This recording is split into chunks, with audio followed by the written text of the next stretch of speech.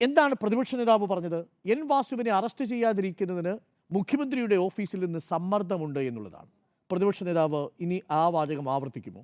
യഥാർത്ഥത്തിൽ ഏതെങ്കിലും ഈ വിഷയത്തിൽ പ്രതിസ്ഥാനത്ത് നിൽക്കുന്ന ഒരാളെയെങ്കിലും രക്ഷപ്പെടുത്താനുള്ള ഒരു രാഷ്ട്രീയ നീക്കവും സർക്കാരിൻ്റെ ഭാഗത്തുനിന്ന് ഉണ്ടായിട്ടില്ല എന്നാണ് ഞാൻ മനസ്സിലാക്കുന്നത്. പൂർണ്ണമായും. കാരണം ഇത് ഞാൻ പറയുന്നത് SITയുടെ മാത്രമല്ല, വിജിലൻസിൻ്റെ റിപ്പോർട്ടിലുണ്ട്. SIT കോടതിയുടെ മേൽനോട്ടത്തിൽ നടക്കുന്ന അന്വേഷണമാണല്ലോ. വിജിലൻസ് റിപ്പോർട്ടിൽ എന്താ പറഞ്ഞിരിക്കുന്നത്? ഞാൻ വായിക്കാം. വിജിലൻസിൻ്റെ അഡീഷണൽ റിപ്പോർട്ട് കട്ടളപ്പാളിയിൽ സ്വർണം പൂശുന്നതുമായി ബന്ധപ്പെട്ട്, തട്ടിപ്പ് നടത്തുന്നതുമായി ബന്ധപ്പെട്ട് വിജിലൻസ് കൊടുത്തിരിക്കുന്ന റിപ്പോർട്ടിൽ പറയുന്നൊരു കാര്യമുണ്ട്.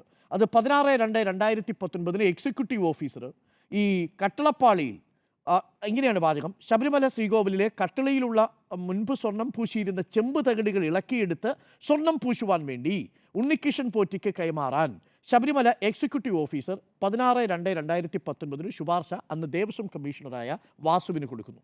ഓർമ്മിക്കണം, അതിൽ എഴുതിയിരുന്ന വാചകം ഇതാണ്: ശബരിമല ശ്രീകോവിലിലെ കട്ടിളയിലുള്ള മുൻപ് സ്വർണം പൂശിയിരുന്ന ചെമ്പ് തകിടുകൾ. ഈ മുൻപ് സ്വർണം പൂശിയിരുന്ന ചെമ്പ് തകിടുകൾ എന്ന് എക്സിക്യൂട്ടീവ് ഓഫീസർ എഴുതിയിരുന്നത് ദേവസ്വം കമ്മീഷണറായ എൻ വാസുവിൻ്റെ കയ്യിലെത്തുന്നു. എൻ വാസു അത് ബോർഡിന് കൊടുക്കുന്ന നോട്ടിൽ ആ സ്വർണം പൂശിയിരുന്ന എന്നത് റദ്ദാക്കുന്നു, അത് കട്ട് ചെയ്ത് കളയുന്നു. എന്നിട്ട് ചെമ്പുപാളികൾ എന്ന് മാത്രം എഴുതുകയും ഉണ്ണികൃഷ്ണൻ പോറ്റിക്ക് കൈമാറുവാൻ ശുപാർശ ചെയ്തിട്ടുള്ളതുമാണ്. ഇതാരാ കണ്ടെത്തിയിരിക്കുന്നത്? ഈ വിജിലൻസാണ്.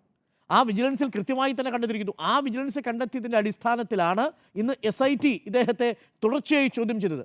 അതിലാണ് ഈ റെക്കമെൻഡേഷൻ, ചീഫ് എക്സിക്യൂട്ടീവ് ഓഫീസറുടെ റെക്കമെൻഡേഷൻ തിരുത്തി അതിൽ സ്വർണ്ണപ്പാളികൾ എന്നുള്ളത് മാറ്റി ചെമ്പുപാളികൾ എന്നാക്കി മാറ്റി കട്ടളപ്പാളിയുടെ കാര്യത്തിൽ.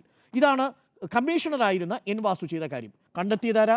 ഈ സർക്കാരിൻ്റെ കീഴിൽ ദേവസ്വം ബോർഡിൻ്റെ വിജിലൻസിലെ ഉദ്യോഗസ്ഥർ കണ്ടെത്തിയിരിക്കുന്ന കേസാണ്. അപ്പോൾ പ്രതിപക്ഷ നേതാവ് പറഞ്ഞ മുഖ്യമന്ത്രിയുടെ ഓഫീസിൽ നിന്നുള്ള സമ്മർദ്ദം എവിടെയാ? അറിയില്ല.